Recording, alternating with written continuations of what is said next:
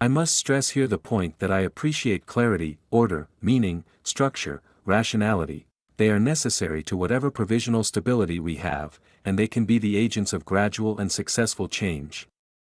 Definition, rationality, and structure are ways of seeing, but they become prisons when they blank out other ways of seeing. Anything looked at closely becomes wonderful. Even if you walk exactly the same route each time, as with a sonnet, the events along the route cannot be imagined to be the same from day to day, as the poet's health, sight, his anticipations, moods, fears, thoughts cannot be the same.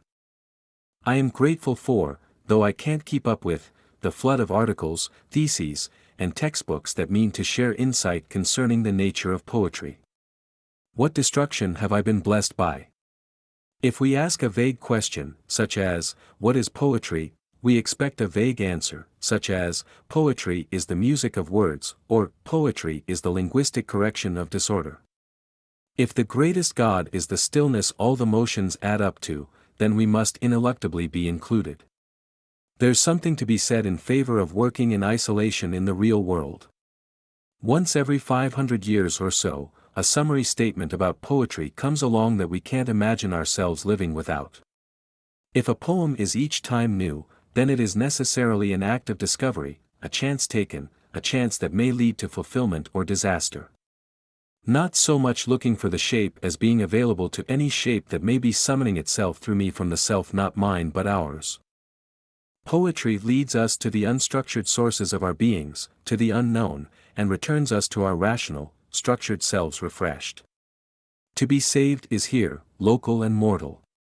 Plant the seed whose vine or tree may hang you. The reeds give way to the wind and give the wind away. Reflective, I found a weed that had a mirror in it, and that mirror looked in at a mirror in me that had a weed in it. Besides the actual reading in class of many poems, I would suggest you do two things. First, while teaching everything you can and keeping free of it, teach that poetry is a mode of discourse that differs from logical exposition. Everything is discursive opinion instead of direct experience. The oppressed grows weightless, does/nth/rough c/and/or man/aged leg/iron stud/ends. Equilibrations. If you walk back and forth through a puddle, pretty soon you wet the whole driveway, but of course dry the puddle up. Everything is discursive opinion instead of direct experience.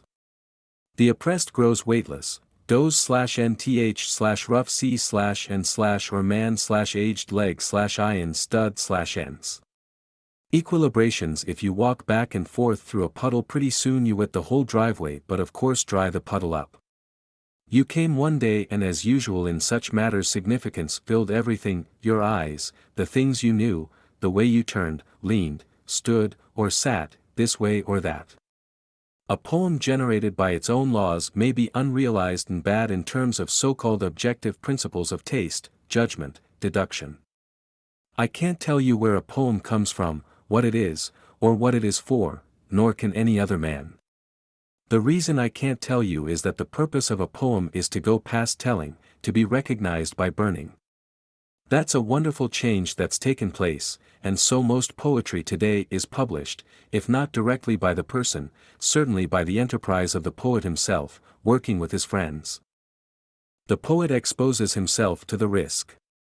All that has been said about poetry, all that he has learned about poetry, is only a partial assurance. Each poem in becoming generates the laws by which it is generated, extensions of the laws to other poems never completely take. Probably all the attention to poetry results in some value, though the attention is more often directed to lesser than to greater values. I take the walk to be the externalization of an interior seeking, so that the analogy is first of all between the external and the internal. Question structure and, so, to some extent predetermine answers. For though we often need to be restored to the small, concrete, limited, and certain, we as often need to be reminded of the large, vague, unlimited, unknown.